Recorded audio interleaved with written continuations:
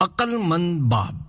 الحمدللہ رب العالمین والصلاة والسلام علی خاتم النبیین، اما بعد فاعوذ باللہ من الشیطان الرجیم، بسم اللہ الرحمن الرحیم۔ امیر اہل سنت کا قریباً 36 سال پہلے کا بیان، عقل مند باب۔ یہ بیان شیخ طریقت امیر اہل سنت بانی دعوت اسلامی حضرت علامہ مولانا ابو بلال محمد الیاس عطار قادری رضوی ضیائی دامت برکاتہ العالیہ نے 10 صفر المظفر 1410 ہجری بمطابق 12 ستمبر 1989 عیسوی کو خانیوال پنجاب پاکستان میں سنتوں بھرے اجتماع میں فرمایا تھا، جسے المدینۃ العلمیہ کے شعبے بیانات امیر اہل سنت نے مرتب کیا ہے۔ دعائے عطار یا رب المصطفیٰ، جو کوئی 17 صفحات کا رسالہ عقل مند باب پڑھ یا سن لے، اسے دنیا کے غموں سے نجات دے کر دو جہاں کی خوشیاں نصیب فرما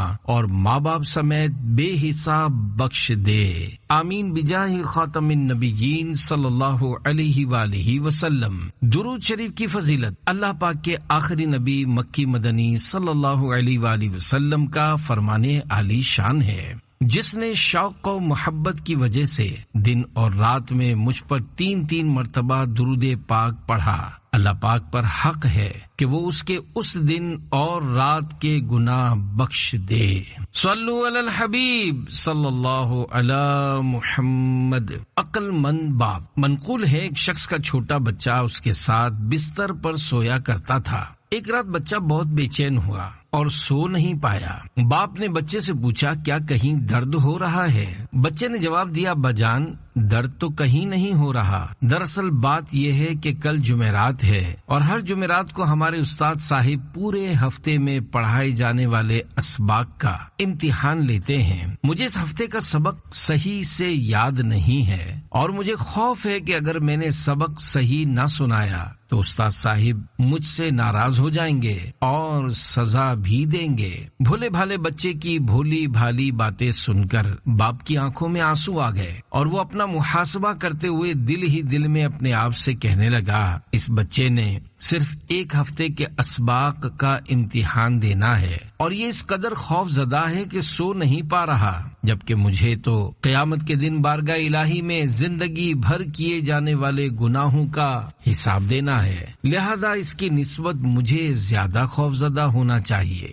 اے عاشقان رسول، اس دنیا میں ایسے نیک لوگ بھی موجود ہیں جنہیں دنیا کی چیزیں دیکھ کر آخرت کی یاد آ جاتی ہے۔ اس ضمن میں ایک اور واقعہ سنیے۔ چنانچہ جہنم کی آگ کا خوف، خلیفہ اعلی حضرت فقیہ اعظم مولانا ابو یوسف محمد شریف کوٹلوی رحمت اللہ علیہ اپنی کتاب اخلاق الصالحین میں لکھتے ہیں، ایک بزرگ رحمت اللہ علیہ پر خوف خدا کا اس قدر غلبہ رہتا کہ جب کبھی چراغ جلاتے تو جہنم کی آگ کو یاد کر کے رونے لگ جاتے۔ بہرحال دنیاوی امتحان میں ناکامی کے خوف سے بچے کو بے چین ہوتا دیکھ کر اس کے والد کا اپنی آخرت کے امتحان کو یاد کر کے خوف خدا سے لرز جانا بہت عبرت انگیز ہے۔ اس واقعے کا ایک ایک لفظ بلکہ ایک ایک حرف اپنے اندر عبرت کے بے بہا موتی لیے ہوئے ہے اور یہ واقعہ ہم سب کو دعوت عبرت دیتا ہے۔ اگر دیکھا جائے تو عام طور پر ہم دنیا کے حساب و کتاب سے ڈرتے ہیں، لیکن افسوس آخرت کے حساب و کتاب سے نہیں ڈرتے۔ حالانکہ دنیا کا حساب و کتاب بہت آسان، جبکہ آخرت کا حساب و کتاب بہت مشکل ہے۔ یاد رکھیے، حساب و کتاب لینا اللہ پاک کے چاہنے پر موقوف ہے۔ وہ جس سے چاہے گا حساب لے گا اور جس سے چاہے گا بغیر حساب و کتاب جنت میں داخل فرمائے گا، لیکن حساب و کتاب کا لیا جانا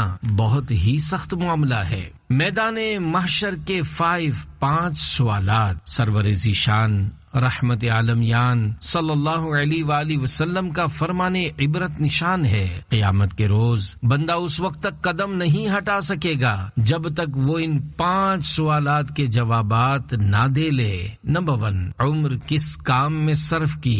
2، جوانی کیسے گزاری؟ 3، 4، مال کس طرح کمایا اور کس طرح خرچ کیا؟ 5، اپنے علم پر کہاں تک عمل کیا۔ ہم میں سے جو جوان ہیں انہیں غور کرنا چاہیے کہ وہ جوانی کس طرح گزار رہے ہیں۔ اگر بروز قیامت ان سے یہ سوال پوچھ لیا گیا کہ جوانی کیسے گزاری تو وہ اس کا کیا جواب دیں گے؟ نیز جن لوگوں کی جوانی گزر چکی انہیں زیادہ غور کرنا چاہیے کہ انہوں نے جوانی کس طرح گزاری۔ اگر جوانی اللہ پاک کی رضا اور اس کے پیارے حبیب صلی اللہ علیہ وآلہ وسلم کی سنت کے مطابق نہیں گزاری تو انہیں اس پر اشک باری اور اللہ پاک کے حضور گریہ و زاری کر کے توبہ کرنی چاہیے کہ ابھی توبہ کا دروازہ کھلا ہے۔ صبح کا بھولا شام کو لوٹے تو اسے بھولا نہیں کہتے۔ اے عاشقان رسول، ابھی ہماری زبان میں سکت باقی ہے، عقل سلامت ہے اور مرنے سے پہلے پہلے توبہ کا موقع میسر ہے، لہذا ہمیں فوراً توبہ کر لینی چاہیے۔ جو لوگ اس وقت جوانی کی دہلیز پر قدم رکھ چکے ہیں اور پر شباب و پر بہار زندگی بسر کر رہے ہیں، انہیں چاہیے کہ اپنی جوانی پر ترس کھائیں، نیک اعمال بجا لائیں اور یاد رکھیں ان قریب ان کی جوانی ڈھلنے والی ہے۔ کسی شاعر نے کیا خوب کہا ہے، ڈھل جائے گی یہ جوانی جس پہ تجھ کو ناز ہے، تو بجا لے چاہے جتنا 4 دن کا ساز ہے۔ جہاں تک جوانی ڈھلنے کا تعلق ہے تو یہ بہت کم لوگوں کی ڈھلتی ہے، کیونکہ بہت سے لوگ جوانی ڈھلنے سے پہلے ہی موت کی آگوش میں چلے جاتے اور اندھیری قبر کی گہرائی میں جا پہنچتے ہیں۔ آپ اپنے محلے کا جائزہ لے لیجئے کہ آپ کے محلے میں کتنے بوڑھے مرد اور کتنی بوڑھی خواتین موجود ہیں۔ شاید آپ اس نتیجے پر پہنچیں کہ اگر آپ کے محلے میں مثلاً 1000 افراد کی آبادی ہے تو اس میں آپ کو بچے کثرت سے ملیں گے، بچوں سے تھوڑی بڑی عمر والے بھی کافی نظر آئیں گے، نوجوان بھی بہت دکھیں گے، لیکن جن مردوں کو بوڑھا یا جن خواتین کو بڑھیا کہا جا سکے ان کی تعداد 15 یا 20 ہوگی۔ اسے پتہ چلتا ہے کہ صرف 2% لوگ بڑھاپے تک پہنچ پاتے ہیں، بقیہ 98% لوگ جوانی ڈھلنے سے پہلے ہی اپنی قبروں میں جا پہنچتے ہیں۔ یاد رہے، بڑھاپے تک پہنچنا آسان نہیں، کیونکہ جوانی سے بڑھاپے تک پہنچنے کے لیے آدمی کو بیماریوں، بڑے بڑے حادثوں، مصیبتوں وغیرہ مشکل ترین مرحلوں سے جان بچا کر نکلنا پڑتا ہے۔ بڑھاپا آسان نہیں۔ پیارے پیارے اسلامی بھائیوں، بڑھاپے کی زندگی پریشانیوں کا شکار ہوتی ہے۔ یہی وجہ ہے کہ جو شخص بڑھاپے کی منزل تک پہنچتا ہے اس کے چہرے پر مسکراہٹ بہت کم دیکھی جاتی ہے، اور جب کبھی وہ ہنستا ہے تو اس کی ہنسی پھیکی پھیکی معلوم ہوتی ہے، جس کے پیچھے مایوسی چھپی ہوتی ہے۔ نیز جب عمر بڑھنے کے ساتھ ساتھ بڑھاپا مزید بڑھتا ہے تو پھر بوڑھے شخص کے لیے کوئی خوشی اور کوئی غم نہیں رہتا، یہاں تک کہ وہ موت کی تمنا کرنے لگتا ہے۔ اس زمن میں ایک عبرت انگیز واقعہ سنیے۔ چنانچہ ایک بڑھیا کی حالت زار ایک بار میں یعنی امیر اہل سنت کراچی کے کسی علاقے میں بیان کرنے کے لیے گیا تو ایک اسلامی بھائی مجھے اور میرے ساتھ مزید کچھ اسلامی بھائیوں کو مہمان نوازی کے لیے اپنے گھر لے گئے۔ وہاں چارپائی پر ایک بہت ہی زیادہ کمزور بڑھیا بیٹھی تھی، جسے بڑھاپے نے اتنا کمزور کر دیا تھا کہ بیچاری سکڑ کر بہت چھوٹی سی ہو گئی تھی۔ قریب سے گزرنے والا کوئی بھی شخص اس کی طرف ہمدردی سے دیکھتا تک نہ تھا۔ مجھے اس کی حالت دیکھ کر بڑا ترس آیا اور میں نے ذرا رک کر اس کا دل بہلانے کے لیے پوچھا، بڑی بی آپ کیسی ہیں؟ اس نے ایسا جواب دیا جو کئی سال گزر جانے کے باوجود آج بھی مجھے یاد ہے، اور شاید میں مرتے دم تک اسے نہیں بھولوں گا، کیونکہ اس میں میرے لیے عبرت کا سامان ہے۔ میرے پوچھنے پر اس بڑھیا نے حسرت بھری آواز میں کہا، میں بہت بیمار ہوں، تم دعا کرو اللہ مجھے محمد صلی اللہ علیہ وآلہ وسلم کے صدقے موت دے دے۔ اس بڑھیا کے تقریباً یہی الفاظ تھے جو آج تک میرے کانوں میں گونج رہے ہیں۔ یاد رکھیے، رنج و مصیبت سے گھبرا کر موت کی دعا کرنا منع ہے۔ وہ بڑھیا کبھی اپنے بچپن کو یاد کر کے روتی ہوگی کہ وہ بچپن میں کس طرح کھیلتی، دوڑتی، ہنستی اور بولتی تھی۔ کبھی اپنی جوانی کو یاد کر کے روتی ہوگی کہ کتنی دھوم دھام سے اس کی شادی ہوئی تھی، کس طرح لوگ اس کی بلائیں لیتے تھے، کس طرح اسے خوشیاں ملتی تھیں، کس طرح بچے اس کی خدمت کیا کرتے تھے، اور کس قدر شان و شوکت سے وہ شادیوں میں آیا جایا کرتی تھی۔ اس طرح کی باتیں سوچ کر اس بڑھیا کا دل ڈوب جاتا ہوگا، اور وہ دل ہی دل میں اپنے آپ سے کہتی ہوگی، ہائے افسوس، اب میں کچھ نہیں کر سکتی، نہ کسی کے ہاں شادی میں جانے کے قابل رہی ہوں اور نہ ہی میت میں۔ بہرحال اس بڑھیا کے لیے نہ کوئی خوشی تھی اور نہ کوئی غم تھا، بس وہ موت کی تمنا کیے جا رہی تھی۔ اے عاشقان رسول، زندگی ایک خواب یا کھیل کود کا نام ہے جس کا دورانیہ بہت مختصر ہے۔ غور کیجئے، شاید ہی کوئی شخص ایسا ہو جس کے گھر سے جنازہ نہ اٹھا ہو، یا اس نے کسی مردے کو غسل نہ دیا ہو، یا غسل دینے میں کسی کی مدد نہ کی ہو، یا کسی کو کفن نہ لپیٹا ہو، یا کفن لپیٹنے میں کسی کا ساتھ نہ دیا ہو۔ اگر کسی نے یہ سب کام نہیں کیے تو کم از کم اس نے کسی مسلمان کے جنازے کو ضرور کندھا دیا ہوگا، یا وہ کسی مسلمان کے جنازے میں ضرور شریک ہوا ہوگا، یا جنازے کے ساتھ قبرستان گیا ہوگا، یا کسی کی میت کو قبر میں اتارتے وقت اس نے لوگوں کا ساتھ دیا ہوگا۔ یوں ہزاروں بلکہ لاکھوں لوگ اپنی مختصر سی زندگی گزار کر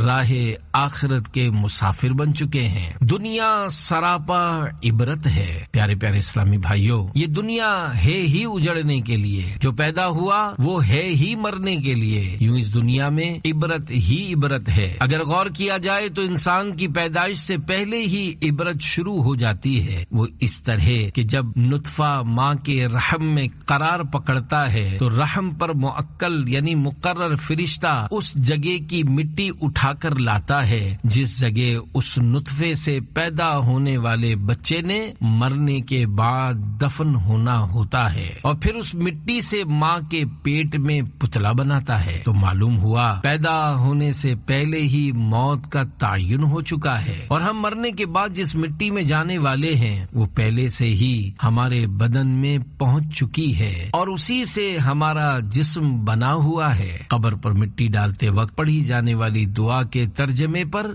غور کر لیجئے، معلوم ہو جائے گا کہ ہم مٹی سے بنے ہیں۔ افسوس، بہت سے لوگوں کو قبر پر مٹی ڈالنے کی دعا یاد نہیں ہوتی، اور نہ ہی مٹی ڈالنے کا طریقہ آتا ہے۔ اللہ پاک کی رضا پانے، ثواب آخرت کمانے کی نیت سے قبر پر مٹی ڈالنے کا مستحب طریقہ پیش خدمت ہے۔ چنانچہ قبر پر مٹی ڈالنے کا مستحب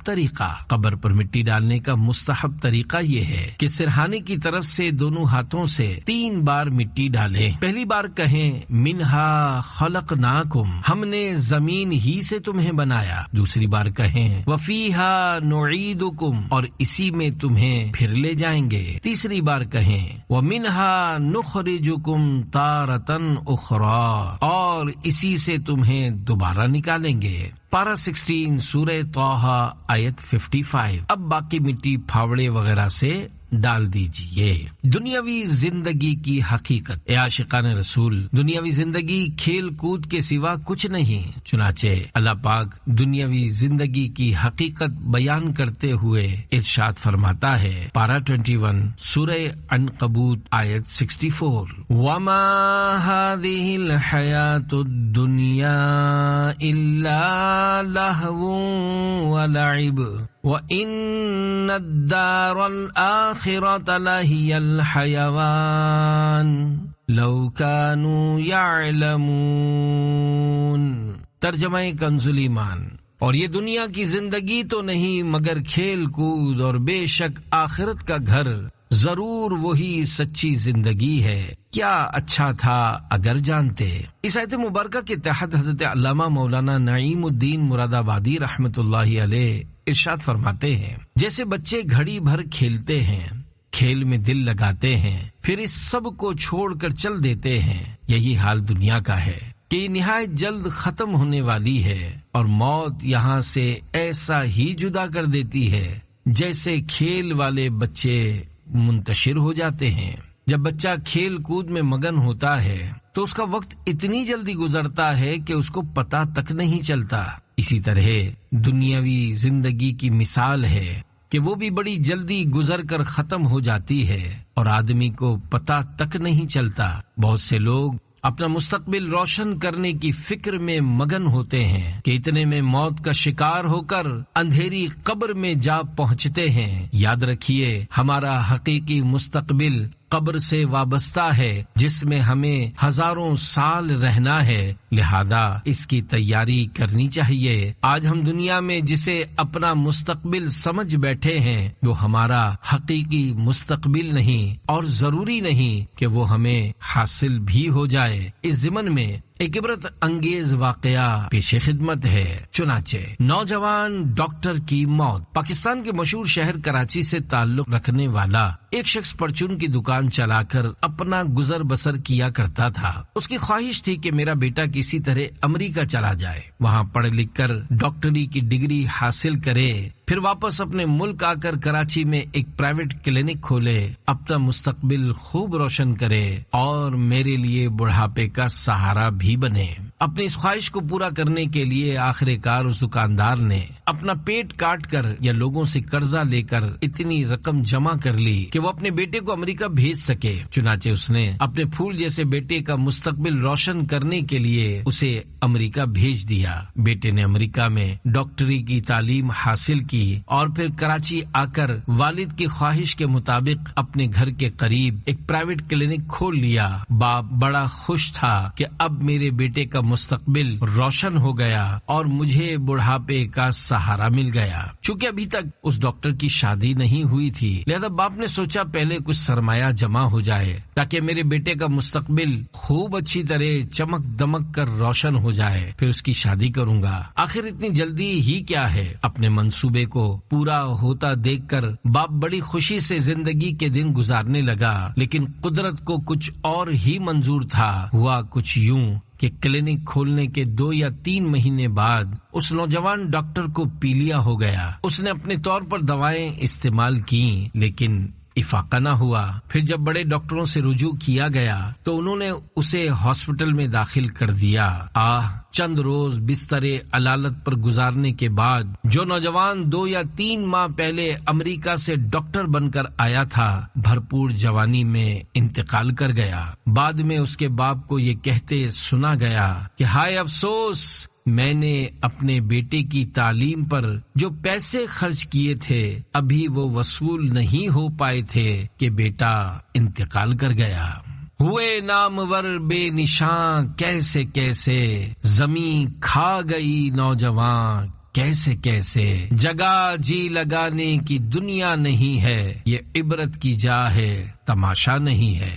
اے عاشقان رسول، دیکھا آپ نے نوجوان ڈاکٹر بڑھاپے کی دہلیز پر قدم رکھنے سے پہلے ہی بھرپور جوانی کے عالم میں موت کا شکار ہو گیا۔ ذرا سوچئے، ڈاکٹری کی ڈگری اسے قبر میں کیا کام دے گی؟ اے کاش اگر اس کے باپ نے اسے حافظ قرآن بنایا ہوتا تو نہ صرف اس کی بلکہ اس کے گھر والوں کی بھی آخرت سنور جاتی، نیز اتنا سرمایہ بھی خرچ نہ ہوتا اور نہ ہی ایک بوڑھے باپ کو اپنے پھول جیسے بیٹے کو تعلیم کے لیے غیروں کے سپرد کرنا پڑتا۔ لیکن افسوس ایسا نہ ہو سکا۔ یہ واقعہ ہمیں عبرت کی دعوت دے رہا ہے، لیکن بہت سے لوگ عبرت حاصل کرنے کے بجائے اس طرح کے واقعات ایک کان سے سن کر دوسرے کان سے نکال دیتے ہیں۔ آج کل صورتحال کچھ یوں ہے کہ گویا بے نمازیوں نے طے کر لیا ہے کہ چاہے کچھ بھی ہو جائے ہم نے نماز نہیں پڑھنی۔ داڑھی منڈانے والوں نے شاید قسم کھائی ہے کہ چاہے مولانا لوگ کتنا ہی زور لگا لیں ہم کبھی بھی شیطان سے بے وفائی کر کے داڑھی نہیں رکھیں گے۔ فلمیں ڈرامے دیکھنے والوں نے اپنے اوپر لازم کر لیا ہے کہ چاہے کچھ بھی ہو جائے ہم فلمیں ڈرامے دیکھنے سے باز نہیں آئیں گے۔ بہرحال زبان قول سے یعنی اپنے منہ سے تو کوئی نہیں کہتا، البتہ زبان حال یعنی اپنے عمل سے بہت سے لوگ یہی کہتے دکھائی دیتے ہیں کہ ہم نہ سدھرے ہیں نہ سدھریں گے، قسم کھائی ہے۔ داڑھی رکھنا آج کل معاذ اللہ معاشرے میں ایک عیب شمار کیا جانے لگا ہے، حالانکہ تاکہ جس سبز گنبد کی ایک جھلک دیکھنے کے لیے ہم تڑپتے ہیں، اس سبز گنبد کے مکین جناب رحمت للعالمین صلی اللہ علیہ وآلہ وسلم کے مبارک چہرے پر حسین داڑھی سجی ہوتی تھی، سر اقدس پر نورانی امامہ شریف سجا ہوتا تھا، اور پیارے پیارے گیسو جھوم جھوم کر مبارک کانوں کو چوم لیا کرتے تھے۔ جو لوگ اس لیے داڑھی منڈاتے ہیں کہ کہیں ملا نہ بن جائے، تو ایسوں کو غور کرنا چاہیے کہ جس ہستی کا انہوں نے کلمہ پڑھا ہے ان کے مبارک چہرے پر داڑھی شریف جگمگا رہی ہوتی تھی۔ اے بے نمازیوں تم بھی سنو، اے ماہ رمضان کے روزے بلا عذر شرعی قضا کر ڈالنے والوں تم بھی سنو، اے جوا کھیلنے والوں تم بھی سنو، اے شراب نوشی کرنے والوں تم بھی سنو، اے ہیروئن اور چرس پینے والوں تم بھی سنو، اے ویڈیو گیمز کھیلنے کھلانے والوں تم بھی سنو، اے ویڈیو سینٹر چلانے والوں تم بھی سنو، اے ماں باپ کو ستانے والوں تم بھی سنو، اے داڑھی منڈانے اور ایک مٹھی سے کم کروانے والوں تم بھی سنو،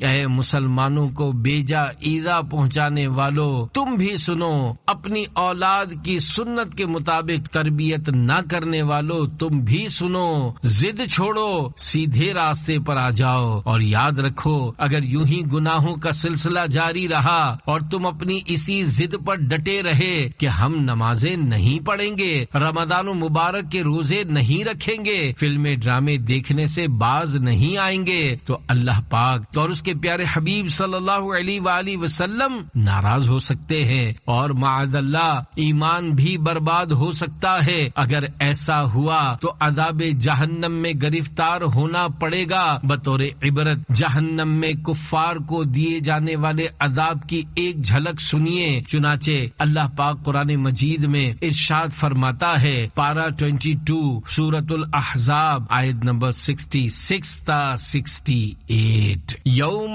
تقلب وجوہہم فی النار یقولون یا لیتنا اطعنا اللہ واطعنا الرسول وقالوا ربنا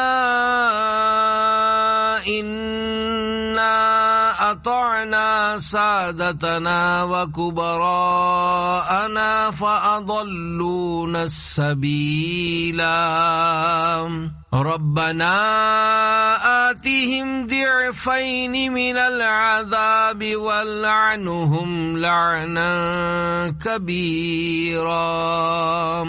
ترجمہ کنز الایمان، جس دن ان کے منہ الٹ الٹ کر آگ میں تلے جائیں گے، کہتے ہوں گے ہائے کسی طرح ہم نے اللہ کا حکم مانا ہوتا اور رسول کا حکم مانا ہوتا، اور کہیں گے اے ہمارے رب ہم اپنے سرداروں اور اپنے بڑوں کے کہنے پر چلے تو انہوں نے ہمیں راہ سے بہکا دیا، اے ہمارے رب انہیں آگ کا دونا یعنی دگنا عذاب دے اور ان پر بڑی لعنت کر۔ پتہ چلا جو اپنے لیڈروں یا اپنے بڑوں کی وجہ سے سیدھے راستے کو چھوڑے گا وہ گناہگار اور عذاب نار کا حقدار ہوگا۔ اس پر ان لوگوں کو بھی غور کرنا چاہیے جو داڑھی رکھنے کے لیے تیار ہو جاتے ہیں لیکن کہتے ہیں کہ پہلے ہم اپنے والد صاحب سے داڑھی رکھنے کی اجازت لیں گے، اگر انہوں نے اجازت دے دی تو داڑھی رکھ لیں گے ورنہ نہیں رکھیں گے۔ یاد رکھیے اللہ پاک اور اس کے رسول صلی اللہ علیہ وآلہ وسلم کا حکم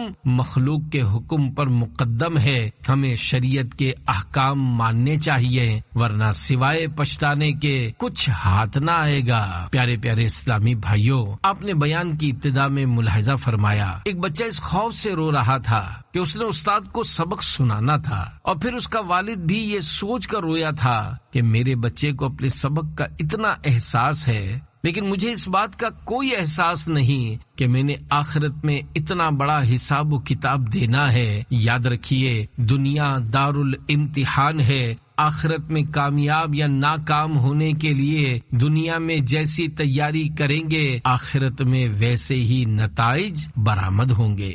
کامیابی کا راز، اللہ پاک ہمیں اخروی کامیابی کا راز بتاتے ہوئے ارشاد فرماتا ہے، پارہ 22 سورۃ الاحزاب آیت نمبر 70-71، يا أيها الذين آمنوا اتقوا الله وقولوا قولا سديدا يصلح لكم أعمالكم ويغفر لكم ذنوبكم ومن يطع الله ورسوله فقد فاز فوزا عظيما۔ ترجمہ کنز الایمان۔ اے ایمان والو، اللہ سے ڈرو اور سیدھی بات کہو، تمہارے اعمال تمہارے لیے سنوار دے گا اور تمہارے گناہ بخش دے گا، اور جو اللہ اور اس کے رسول کی فرما برداری کرے اس نے بڑی کامیابی پائی۔ ان آیت مبارکہ سے پتہ چلا کہ آخرت کے امتحان میں کامیاب ہونے کی یہی صورت ہے کہ اللہ پاک اور اس کے پیارے رسول صلی اللہ علیہ وآلہ وسلم کی اطاعت و فرما برداری اپنے اوپر لازم کر لی جائے، کیونکہ احکام الہیہ پر عمل اور اتباع سنت کیے بغیر نجات بہت مشکل ہے۔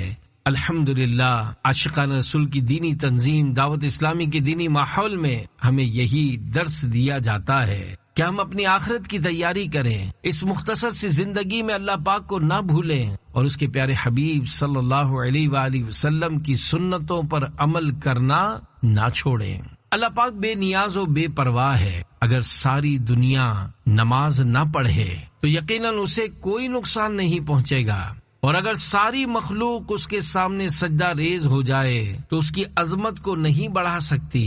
ہاں، نماز پڑھنے میں ہمارا اپنا ہی فائدہ ہے۔ اگر ہم نماز پڑھیں گے تو اپنے آپ کو اخروی نقصان سے بچائیں گے، اور نہیں پڑھیں گے تو ہمارے لیے دردناک عذاب کی وعیدیں موجود ہیں اور ہم جہنم کے حقدار ٹھہریں گے، جیسا کہ قرآن پاک میں ہے۔ پارہ 29 سورۃ المدثر آیت نمبر 40 تا 47۔ فی جنات یتساءلون عن المجرمین ما سلککم فی سقر قالوا لم نک من المصلین وَلَمْ نَكُ نُطْعِمُ الْمِسْكِينَ وَكُنَّا نَخُوضُ مَعَ الْخَائِضِينَ وَكُنَّا نُكَذِّبُ بِيَوْمِ الدِّينِ حَتَّى أَتَانَا الْيَقِينَ۔ ترجمہ کنز الایمان۔ باغوں میں پوچھتے ہیں مجرموں سے، تمہیں کیا بات دوزخ میں لے گئی؟ وہ بولے، ہم نماز نہ پڑھتے تھے اور مسکین کو کھانا نہ دیتے تھے اور بےہودہ فکر والوں کے ساتھ بےہودہ فکریں کرتے تھے، اور ہم انصاف کے دن کو جھٹلاتے رہے یہاں تک کہ ہمیں موت آئی۔ اے عاشقان رسول، آپ نے نماز نہ پڑھنے سے متعلق قرآن پاک کی آیت مبارکہ ملاحظہ فرمائی تو انسان جو کہ کمزور و ناتواں ہے، معمولی گرمی سردی برداشت نہیں کر سکتا، تیز ہوا کے جھونکوں سے لرز اٹھتا ہے، آندھی کی گرج جسے خوف زدہ کر دیتی ہے، جو معمولی سا نزلہ زکام سہنے کی طاقت نہیں رکھتا، بخار جسے بستر پر ڈال دیتا ہے۔ جب انسان اتنا کمزور ہے تو اسے چاہیے کہ اخروی عذابات سے ڈر کر فوراً توبہ کرے، نیکیوں بھری زندگی گزارنا شروع کرے، بارگاہ الہی میں عرض گزار ہو، اے اللہ، میں تیری ناراضی نہیں بلکہ رضا اور خوشنودی چاہتا ہوں، تیرا عذاب سہنے کی طاقت نہیں رکھتا، تیرے اس حکم اقیم الصلاۃ پارہ 1 سورہ بقرہ آیت 43۔ ترجمہ کنز الایمان۔ نماز قائم رکھو، پر آج ہی سے عمل کرنے کا عہد کرتا ہوں اور نیت کرتا ہوں کہ آج کے بعد انشاءاللہ میری کوئی نماز قضا نہیں ہوگی۔ اہم مسئلہ، یہ مسئلہ پیش نظر رکھیے، آئندہ نماز قضا نہ کرنے کی نیت سے پچھلی قضا نمازیں معاف نہیں ہو جائیں گی بلکہ انہیں بھی ادا کرنا ہوگا، نیز توبہ بھی کرنی ہوگی کہ اللہ مجھ سے نمازیں قضا کرنے کا جو گناہ ہوا تو اسے معاف فرما۔ اللہ پاک کی رحمت سے امید ہے کہ وہ اس گناہ کو معاف فرما دے گا۔ یاد رکھیے، نماز کی خوب تاکید کی گئی ہے، یہاں تک فرمایا گیا ہے کہ اگر کوئی شخص پانی میں ڈوب رہا ہے اور وہ اس وقت بھی بغیر عمل کثیر کے اشارے سے نماز پڑھ سکتا ہے، مثلاً تیراک ہے یا لکڑی وغیرہ کا سہارا پا جائے، تو اس پر نماز پڑھنا فرض ہے، ورنہ معذور ہے، بچ جائے تو قضا پڑھے۔ غیر مسلموں جیسی شکل مت بناؤ۔ پیارے پیارے اسلامی بھائیوں، نماز قضا کرنے کے ساتھ ساتھ داڑھی منڈانے کا گناہ بھی ہمارے معاشرے میں عام ہو چکا ہے۔ حالانکہ پیارے آقا مکی مدنی مصطفیٰ صلی اللہ علیہ وآلہ وسلم کے مبارک چہرے پر داڑھی شریف سجی ہوئی تھی، اور آپ صلی اللہ علیہ وآلہ وسلم نے مسلمانوں کو داڑھی شریف رکھنے کا حکم بھی ارشاد فرمایا، جیسا کہ حدیث پاک میں ہے کہ اللہ پاک کے آخری نبی مکی مدنی صلی اللہ علیہ وآلہ وسلم نے ارشاد فرمایا، داڑھی بڑھاؤ اور یہودیوں کی سی شکل مت بناؤ۔ داڑھی منڈانا اور ایک مٹھی سے کم کروانا دونوں حرام اور جہنم میں لے جانے والے کام ہیں، لہذا داڑھی منڈانے اور ایک مٹھی سے کم کروانے سے توبہ کر لیجیے، اور اگر خدا نہ خواستہ داڑھی منڈانے یا ایک مٹھی سے کم کروانے کی ضد کر رکھی تھی تو وہ اپنی ضد کو شیطانی کام سمجھتے ہوئے چھوڑ دے کہ گناہ پر اڑے رہنا شیطانی صفت ہے۔ چنانچہ شیطان کی ضد۔ حضرت موسیٰ کلیم اللہ علیہ السلام ایک مرتبہ کوہ طور کی طرف تشریف لے جا رہے تھے کہ راستے میں شیطان مردود مل گیا اور روتے ہوئے کہنے لگا، میں توبہ کرنا چاہتا ہوں، آپ اللہ پاک سے سوال کیجئے کہ میری توبہ کا طریقہ کیا ہے۔ حضرت موسیٰ علیہ السلام اللہ پاک کی بارگاہ میں پیش ہوئے اور شیطان کی توبہ کا طریقہ پوچھا تو اللہ پاک نے ارشاد فرمایا، اسے کہہ دیجئے کہ اگر وہ آدم علیہ السلام کی قبر کو سجدہ کر لے تو میں اس کی توبہ قبول کر لوں گا۔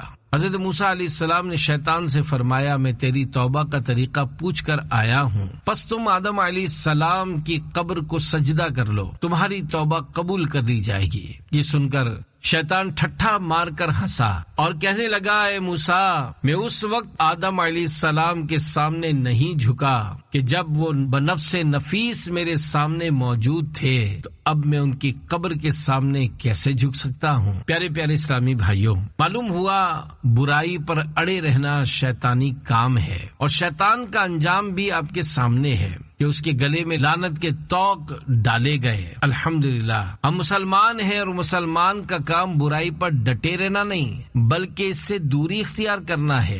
سبھی مسلمانوں کو پیارے آقا صلی اللہ علیہ وآلہ وسلم کی پیاری پیاری حسین صورت پسند ہے، ان کے جلووں میں ہیں وہ دلچسپیاں، جو یہاں پہنچا یہیں کا ہو گیا۔ سب اسلامی بھائی نیت کریں کہ آج کے بعد پیارے آقا صلی اللہ علیہ وآلہ وسلم سے محبت کی نشانی یعنی داڑھی شریف ہمارے چہرے سے کبھی بھی نہیں کٹے گی، اور آج ہی سے ہمارا چہرہ پیارے آقا صلی اللہ علیہ وآلہ وسلم کی سنت سے جگمگانا شروع ہو جائے گا انشاءاللہ۔ صلو علی الحبیب صلی اللہ علی محمد۔